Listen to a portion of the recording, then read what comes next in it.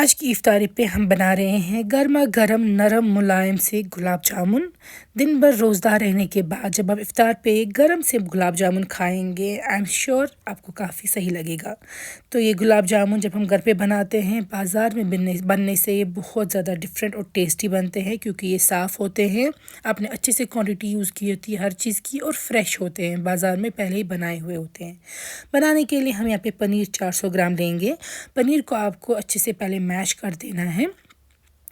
400 ग्राम पनीर की क्वांटिटी के हिसाब से हम इसमें डालेंगे 200 ग्राम खोया, या इसको मावा भी बोला जाता है। दोनों को आप पहले मैश करेंगे, फिर अपने हाथों की हथेली की मदद से, पाम की मदद से इसको आटे की तरह नीड करेंगे, लेकिन बहुत ज़ोर से प्रेस करके, ताकि रगड़ रगड़ के अच्छे से आटा बन जाए। इसमें मैं 50 ग्राम मैदा डालूंगी। इसमें डालूंगी थोड़ा सा बेकिंग सोडा और 20 ग्राम कॉर्नफ्लावर। मैं सारी क्वान्टिटी नीचे देकर रखूँगी डिस्क्रिप्शन में, तो आप प्रॉपरली चेक कर सकते हैं। इसमें हल्का सा आप गुलाब का जल भी डालेंगे, रोज़ वाटर और रिफाइंड तेल भी।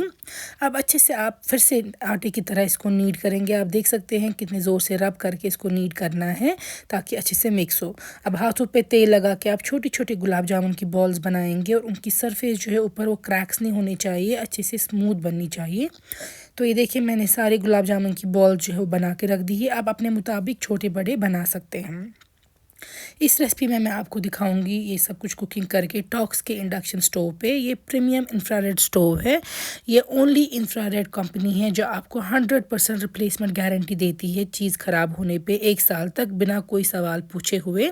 और रमज़ान ऑफ़र में आपको ये इलेक्ट्रिक केटल भी फ्री दे रहे हैं इस इंडक्शन के साथ। तो आप जल्दी से इनकी शॉप पे जाइए। इनको डिज़ायर होम के नाम पे पेज भी है इंस्टाग्राम में, और आप ये ख़रीद सकते हैं। तो काफ़ी अच्छी क्वालिटी के हैं ये। यहाँ पे मैं देखिए यूज़ कर रही हूँ। अब इसी टॉक्स इंडक्शन पे मैं गुलाब जामुन फ्राई कर दूँगी सीधे तेल में। इनको आपको मीडियम आंच पे ही फ्राई करना है, ज़्यादा तेज़ नहीं, वरना ये जल के ऊपर से बहुत जल्दी कलर चेंज हो जाएगा और वो सही नहीं बनेंगे क्रस्ट। तो आप मीडियम आंच पे ही इनको अच्छे से फ्राई करेंगे, और इस तरीके से गोल करते रहेंगे, ट्रोल करेंगे इनको, ताकि ये एक ही जगह पे फ्राई ना हो। हम सारे बना के रख देंगे हम गुलाब जामुन। चाशनी के लिए मैं ले रही हूँ चीनी 2 कप, और 2 कप चीनी में मैं डाल रही हूँ 3 कप पानी।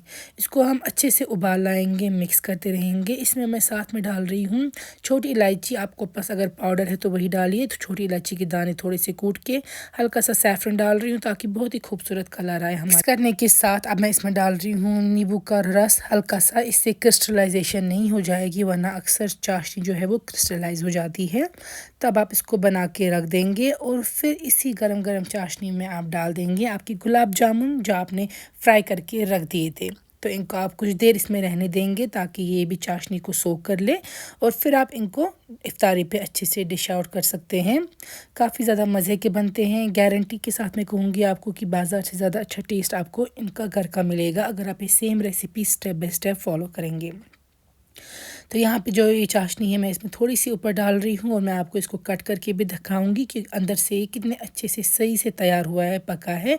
और आप भी अगर घर पे बनाएंगे, आई एम श्योर सबको बहुत पसंद आएगा, एंड नोबडी वुड बिलीव कि आपने घर पे बनाया है खुद से। ये देखिए कितने जूसी हैं, ये काफ़ी ज़्यादा बेहतरीन टेस्ट के हैं। आप भी ज़रूर बना के हमें दुआ में याद रखिए।